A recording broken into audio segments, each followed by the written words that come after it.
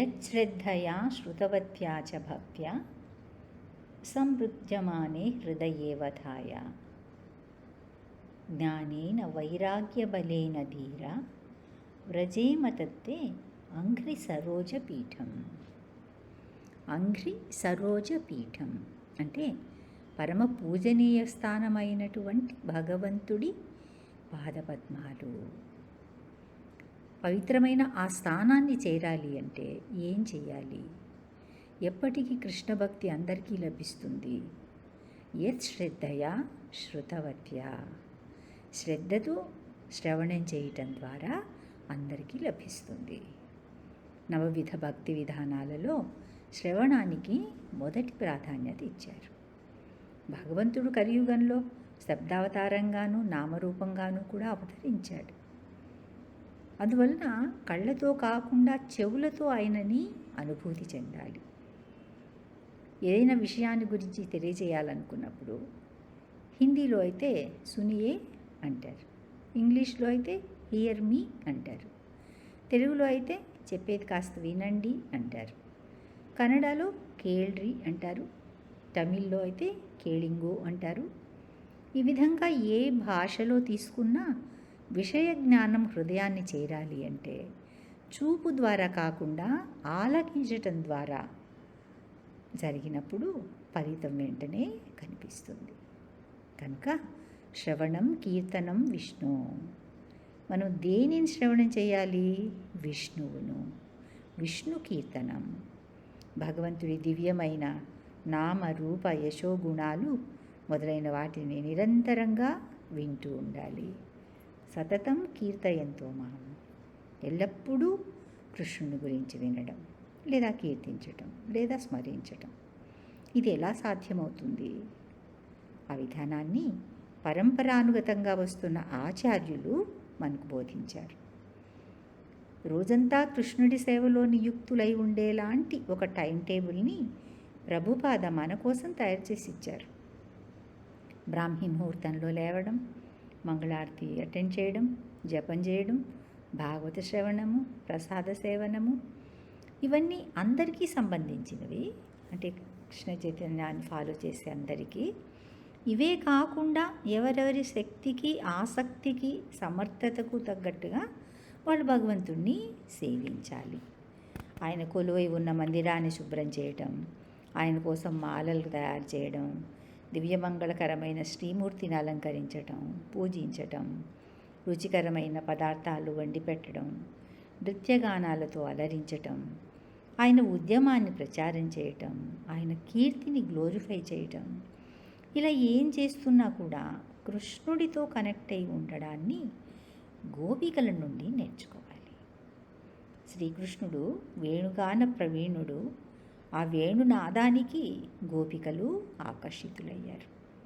కృష్ణుడి వేణునాదము చెవుల్లో పడగానే కృష్ణ బలరాములు తమ గోపమిత్రులతో కలిసి ఆవులను తోలుకుంటూ అరణ్యంలోకి ప్రవేశిస్తారు కదా, ఆ దృశ్యం వాళ్ళ కళ్ళ ముందు కనిపించేది.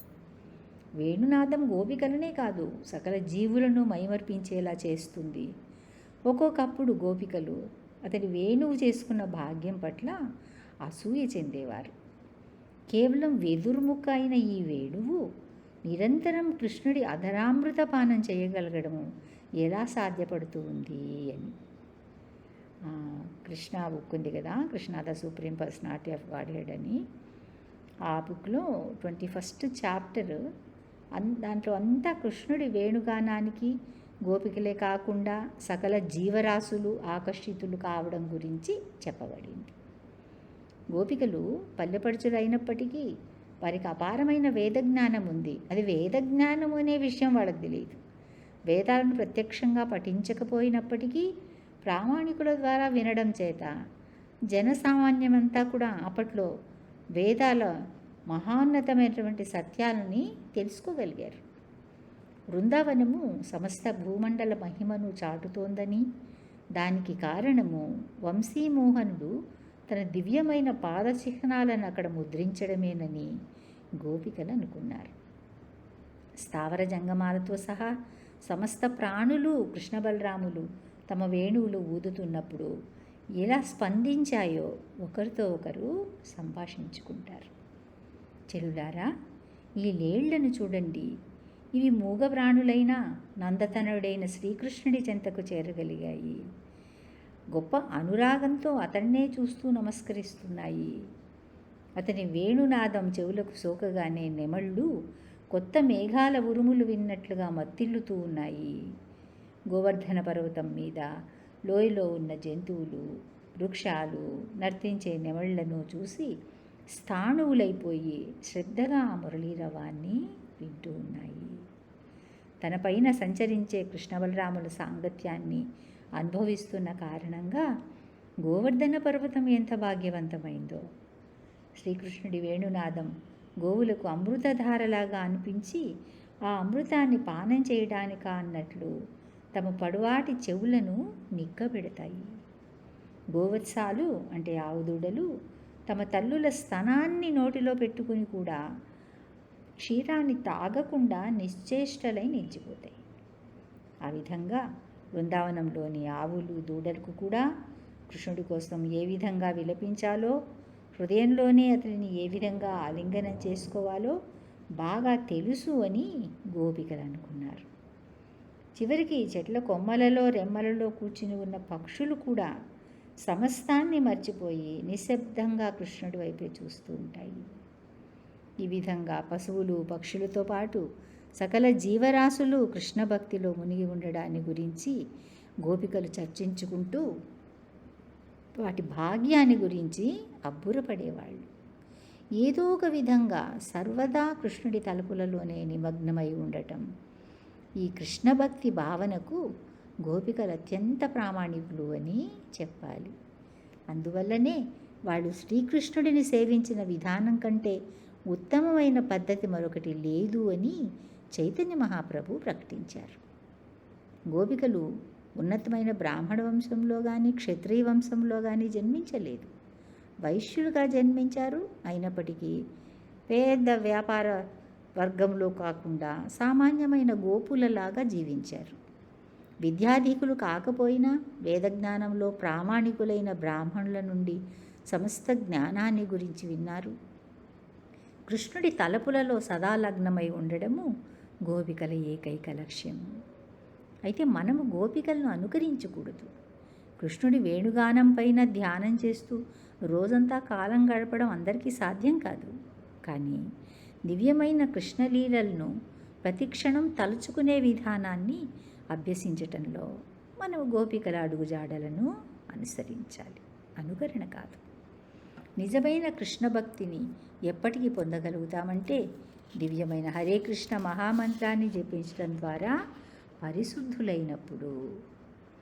జపాన్ని ఆస్వాదించగల స్థితికి వచ్చిన వాళ్ళు కృష్ణనామాన్ని స్మరించకుండా ఉండలేరు.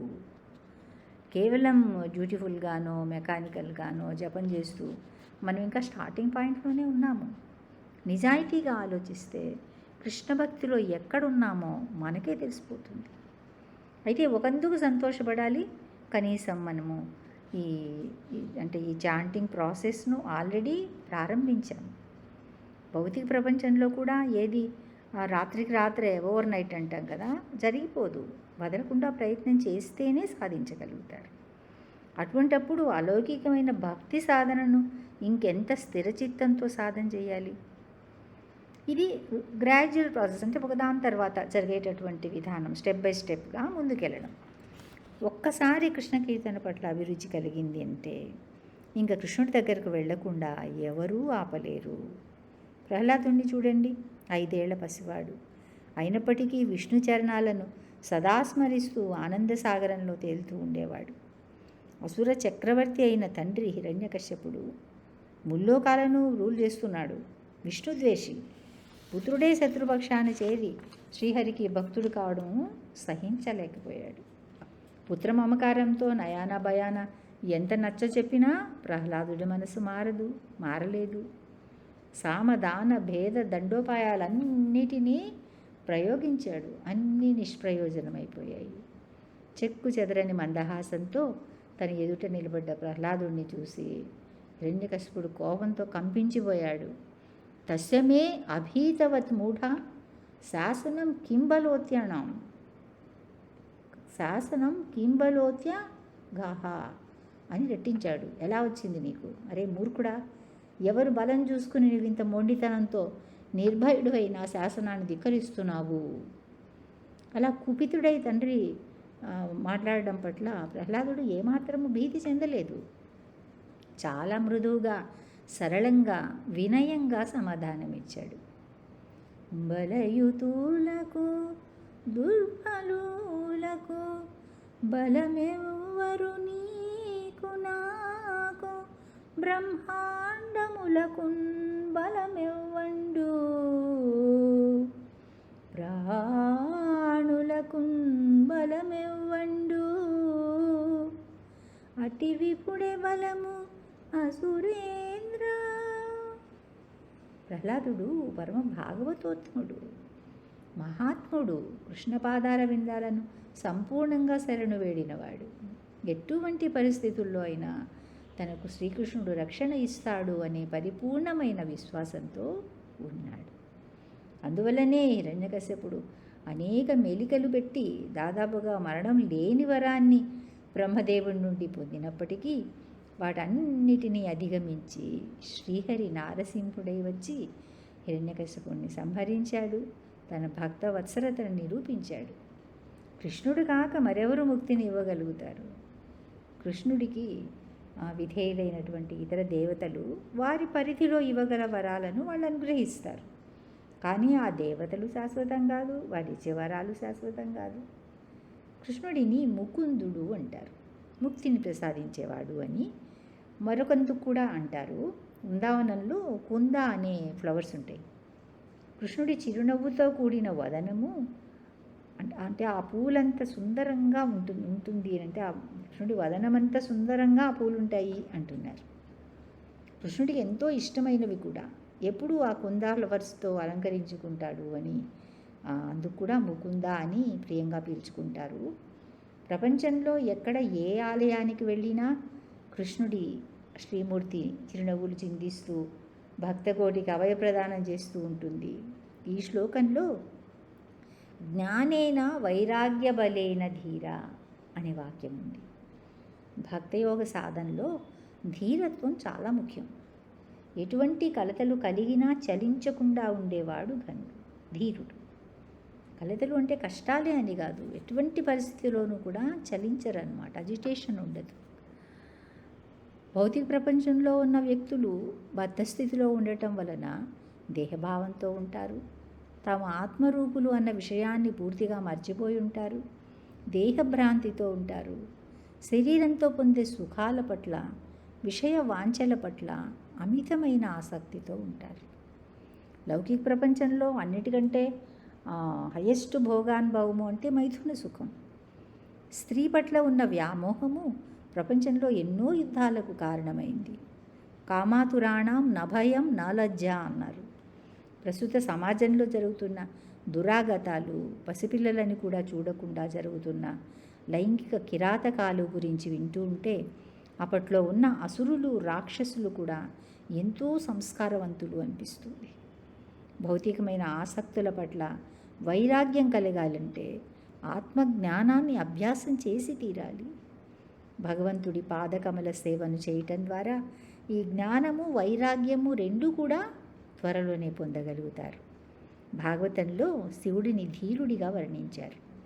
సతీదేవి ప్రాణత్యాగం చేసిన తర్వాత హిమవంతుడికి, మైనావతికి పుత్రికగా జన్మిస్తుంది.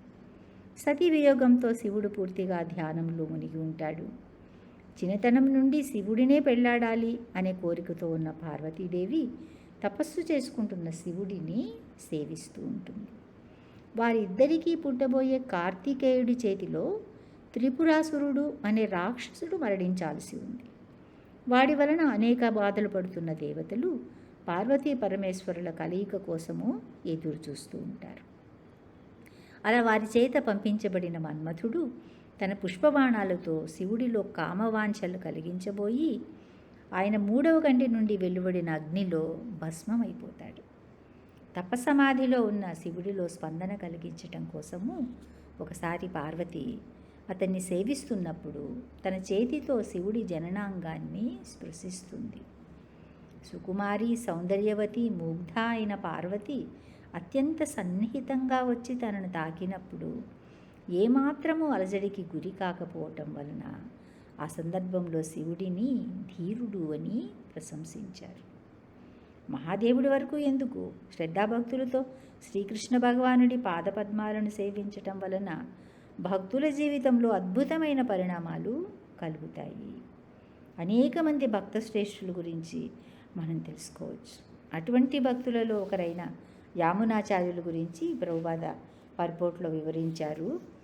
అదేవిధంగా నామాచార్యుడు అని చైతన్య మహాప్రభు చేత గుర్తించబడిన హరిదాస ఠాగూర్ కూడా దృఢమైన తన భక్తి సాధన వలన స్త్రీ పట్ల మోహాన్ని ఎంత తేలిగ్గా వదిలించుకున్నాడో ఇంతకుముందు కూడా మనం చెప్పుకున్నాము. కనుక భౌతిక ప్రపంచంలో వదిలించుకోలేని ఎన్నో బలహీనతలు, వ్యసనాలు వ్యక్తుల మనస్సును ఎల్లప్పుడూ అలజడికి గురిచేస్తూ ఉంటాయి. తమ ప్రయత్నాలతో వాటి నుంచి తప్పించుకోవడానికి ప్రయత్నిస్తూ వాళ్ళు భగవంతుడి ఉనికిని దాదాపుగా మర్చిపోయారు. అయినప్పటికీ పూర్వజన్మల సుకృతితోనో లేదో అజ్ఞాన సుకృతితోనో శుద్ధ భక్తుల సాంగత్యం లభించినప్పుడు ఆత్మ సాక్షాత్కార మార్గము తెరుచుకుంటుంది.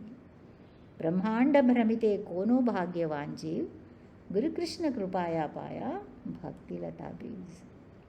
ఈ బ్రహ్మాండంలో అత్యంత భాగవంతులు ఎవరు అంటే నంబర్ 1 పొజిషన్లో ఉండే ధనవంతుడు కాదు, గురు గోవిందుల కృపతో భక్తిలతా బీజాన్ని పొందిన వాళ్ళు. కృష్ణుడి నిర్హేతుకమైన కృపతో ప్రామాణికుడైన ఆచార్యుడు, ఆ వైష్ణవాచార్యుడి కరుణతో కృష్ణుడు లభిస్తారు. గురువు ఆదేశాన్ని పొందినప్పుడే కృష్ణ కథను శ్రవణం చేయటం లేదా భక్తియుక్త సేవను అనుసరించటం జరుగుతుంది.